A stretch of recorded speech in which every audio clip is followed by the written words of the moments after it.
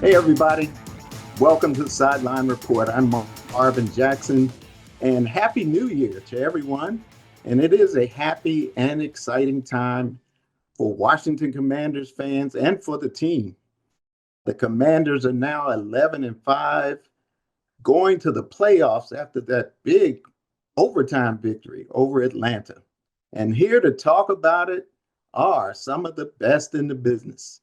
Lou Holder and Donna Hopkins, our Sideline Report favorites, and special guests from ESPN, Sal Paolantonio and Dan Graziano. Welcome to the show. Thank you, Thanks, Marvin. Marvin. Thank you Good to be very here. much. Yeah, it's This great is to a be with New you. Year's party, and It's a dream team. yes, it is. It really is. Who's the point guard? Yeah. I'm the shooting guard. The players were so excited last night after that long game. It's a great thing for Washington. And Sal Paolantonio, we just talked before the show. Give your take on this great season that Washington's having. Well, I remember covering one of the early games in Landover and talking to Dan Quinn on the sideline. And he was explaining to me a couple of things about Jayden Daniels that stood out. And one was that Daniels would get to the facility very early on Wednesdays before anybody else, before the sun was up. And he would meet him in the bubble and talk to him about certain things that he was working on and certain things that he wanted him to work on. And Cliff Kingsbury was making some coaching points. And the number one thing that stood out to me that was evident last night that he told Jayden Daniels early on, and this was like week 6 or 7, is when you leave the pocket, keep your eyes downfield, remain a passer. Those 2 words, remain a passer. He kept harping on that message, trying to brand it into the way he plays football, especially at the NFL level. And Quinn was adamant about it because he wanted Daniels to, get those explosive plays that were evident when he played at the collegiate level. And that was one of the things that was very evident, was that Daniels was an extremely accurate long ball thrower. And he wanted to take advantage of that. And the other thing is he wanted the young man to survive the season. Don't necessarily have to tuck and run. Don't have to play hero ball. Remain a passer. Keep your eyes downfield. Now, what we saw last night, Marvin, and I went back through the film, a little bit of it, just the second half of what I saw on the Commanders' offense. I think he's just a different kind of runner. He's sort of a baby Lamar in terms of his ability to elude tacklers, break tacklers, but his long legs give him a second gear when he's out in the open field. So I was impressed by that last night.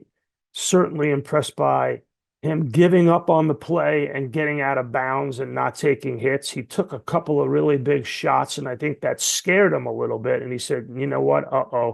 I better get out of bounds because they're hunting for bear.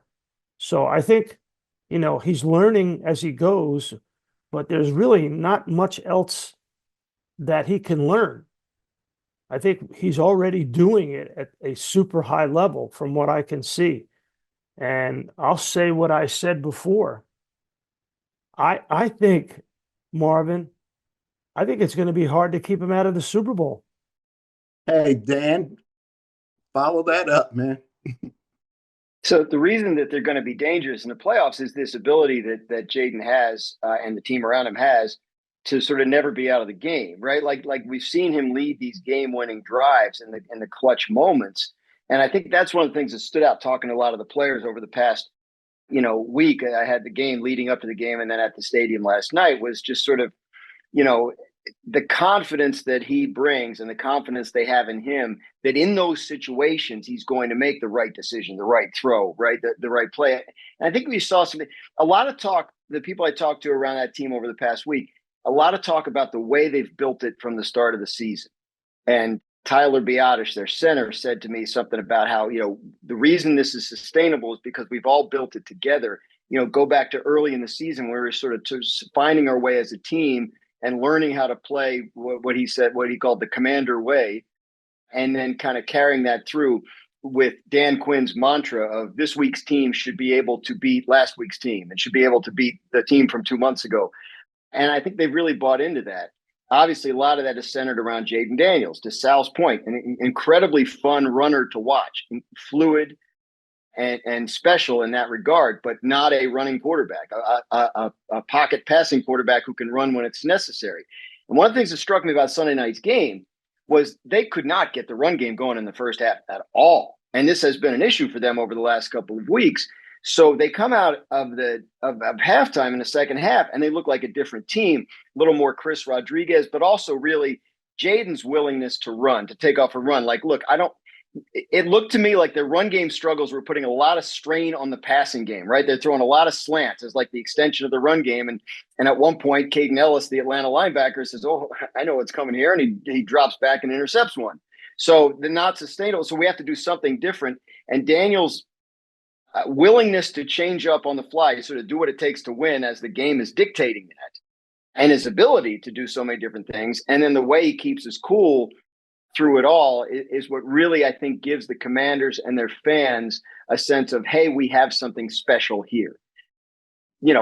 Super Bowl, yes. I think you're going to want to beat them by multiple scores if you're playing the Commanders in the playoffs. Because if they're within one score and he's got the ball with a minute or two left, you're not going to feel comfortable because we've seen him do this. In terms of the way they're building the team, as a sustainable contender, probably need an offseason to add a few pieces here and there. And that run game is a little worrisome if they can't get more consistent production from it. But yes, not going to be a fun team to play. And unless you put them away, you're not going to feel good until those numbers on the clock hit zero.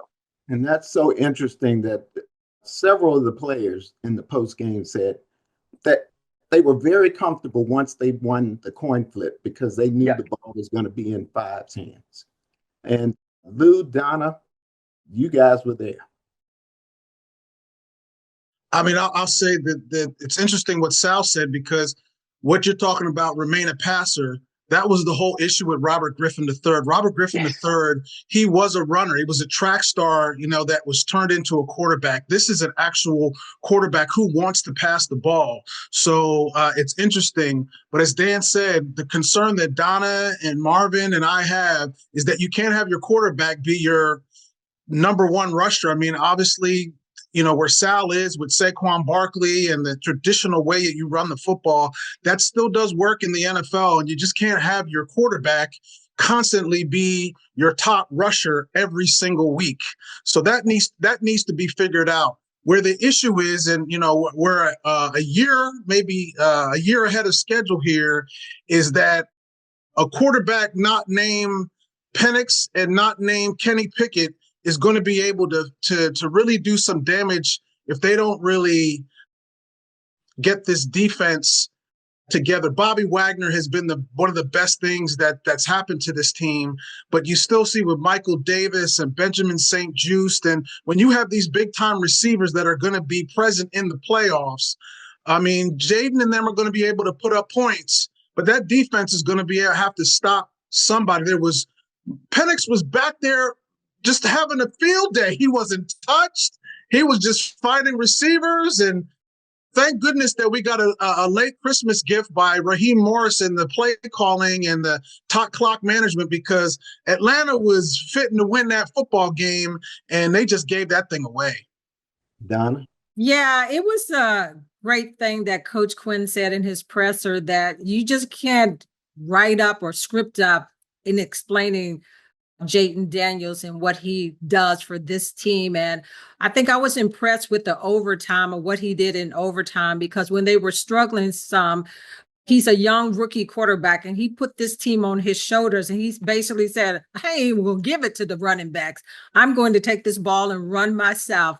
And so he pretty much won this game for this team in OT. But what I'm impressed also about is some of the receivers stepping up. When Terry didn't get the ball and it wasn't Terry's typical game, some of the other guys stepped up. Olamide Zaccheaus that has played well the last couple of weeks. And then De'Ami Brown out in this big game on Sunday night. And then Jamison Crowder, who had been out most of the season with a hamstring injury, steps up again. So two guys that hadn't really heard a lot of stepped up big in that game. And I hear the players talk about this brotherhood. And Coach Quinn talked about the brotherhood early back in training camp. He said, let's get that together right off the bat.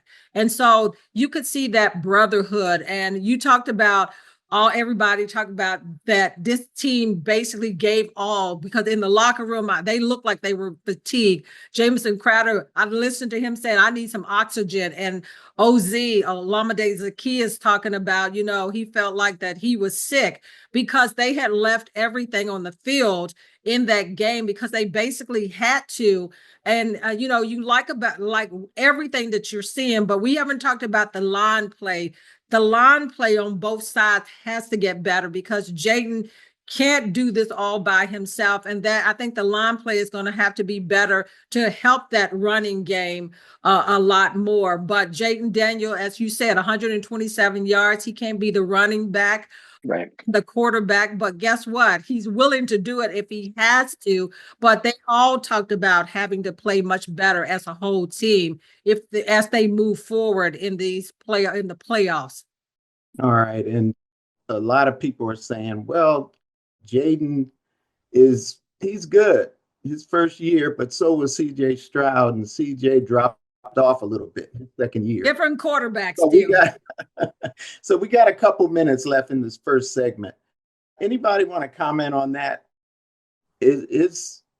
Marvin, I don't think this team is thinking about next year. I really do think they're thinking about this year. And going back to Lou's point and Donna's point, Jayden Daniels now has more rushing attempts than Lamar Jackson, 144 to 130.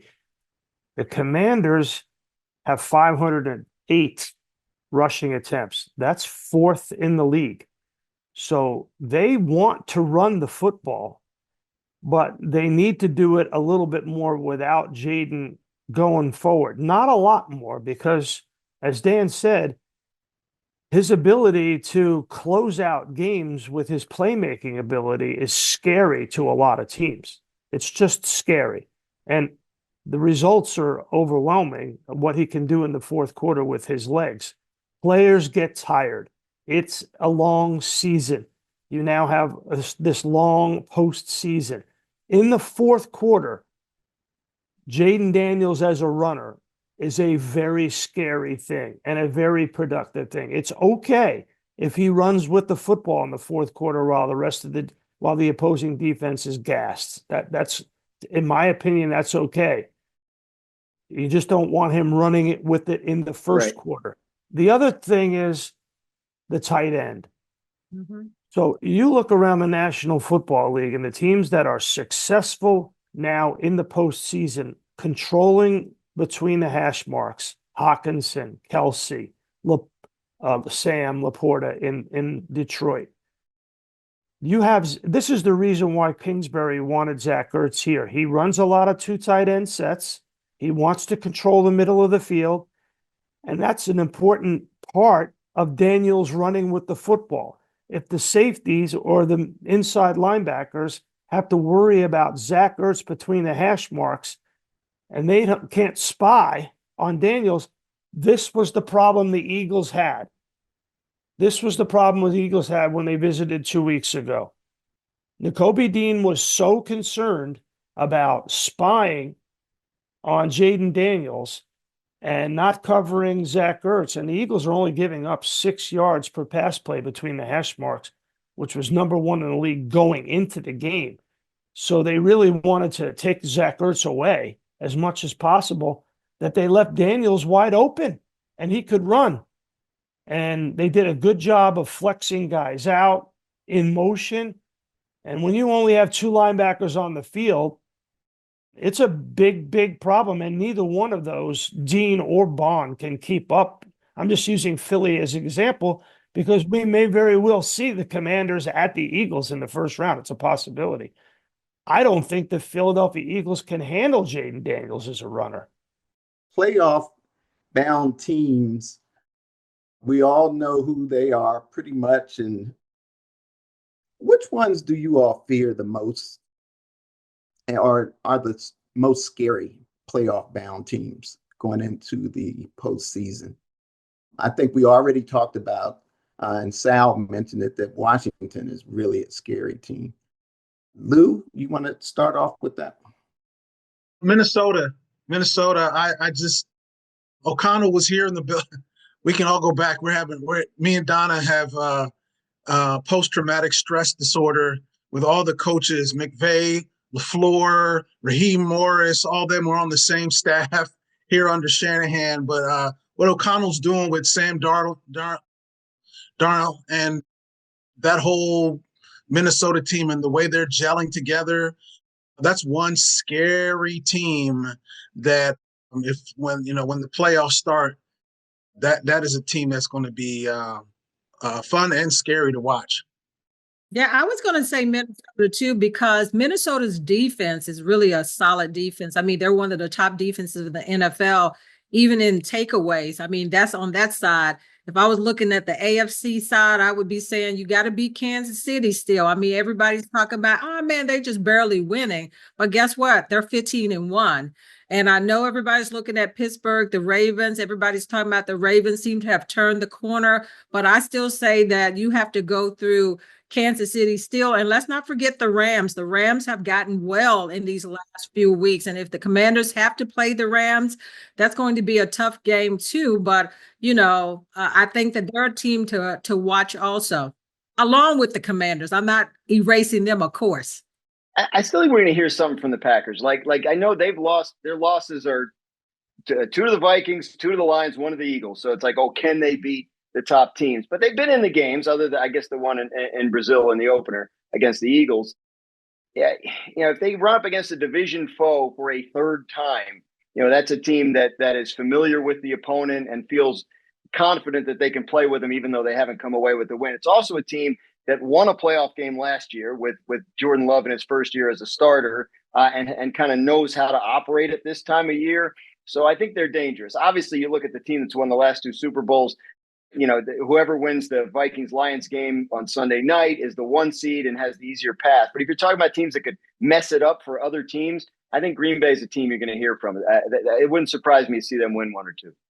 Well, I don't know who's going to Kansas City and beating the Chiefs. I watched a lot of the film of the Kansas City Chiefs offense in the last 2 weeks. Patrick Mahomes just has too many options, and options do not discriminate, as we like to say in our neighborhood. So I think that they are going to be a tough out, no question about it. If there's any team that can go to Kansas City, it's definitely Baltimore. But Tom Mulkin's going to have to put on his big boy shoes, his big boy pants, and he's going to have to hand it to the king, Derrick Henry, and allow the running game to win the game. I think there's a lot of truth to what Terry Bradshaw said on TV yesterday. If Kansas City scores too fast and leaves too much out on the field and allows Lamar Jackson and Derrick Henry to control the clock and control field position, I think they can go in there and beat them. As for the NFC, come on now. I'm right here. I'm right here. Come on now.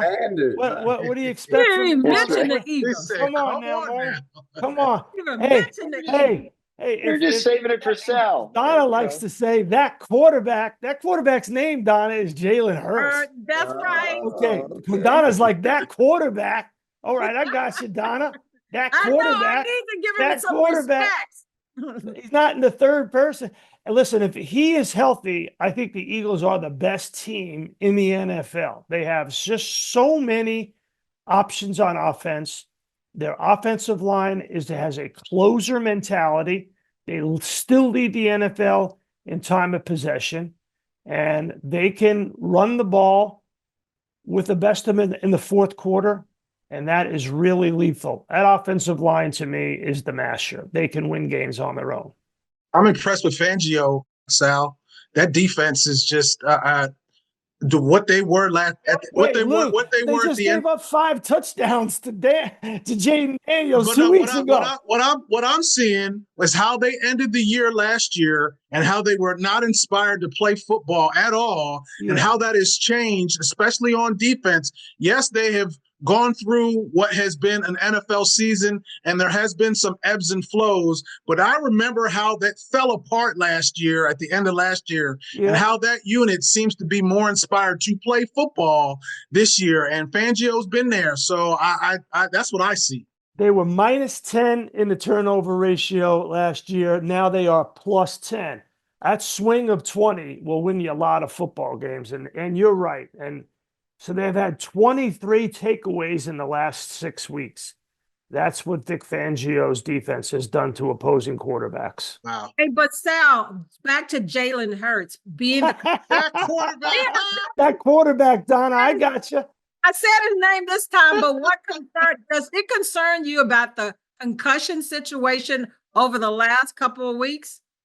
Yeah, I mean, he's still in the concussion protocol, according to Nick Sirianni. And we'll have to see by the end of the week. I mean, if they don't take the bubble wrap off of him by Friday, because that's usually within 2 weeks on a Friday, then you'll have him out of concussion protocol. If he's not, if they don't say, hey, he's in meetings, which is the first step. Dan knows the concussion protocol better than I do, but is he participating in meetings? That's the first step. Is he allowed on the practice field to do limited running around and then be a limited participant is the second step, and then full practice and full contact. So he's got a ways to go before he clears all of this for sure. We will not see him anywhere near the football field this week. All right. Well, I guess we're all in agreement that Washington's going to beat Dallas, right? Because it is, as Sal says, Dallas week. W-E-A-K. Like that. And thanks so much, Sal and Dan. You guys were great, along with our regulars. I mean, Lou Holder and Donna Hopkins always hold it down here, as you guys can see. Well, Happy New Year, and thank you for having me on the program. And really appreciate it. We'll see you in South Philadelphia. Yeah, okay. That'll be fun. Everybody. All right, thanks so much. And thanks for everybody watching the show. Happy New Year to you and all the best. So until next week, I'm Marvin Jackson. We'll see you next time on the sideline. Take care, everybody.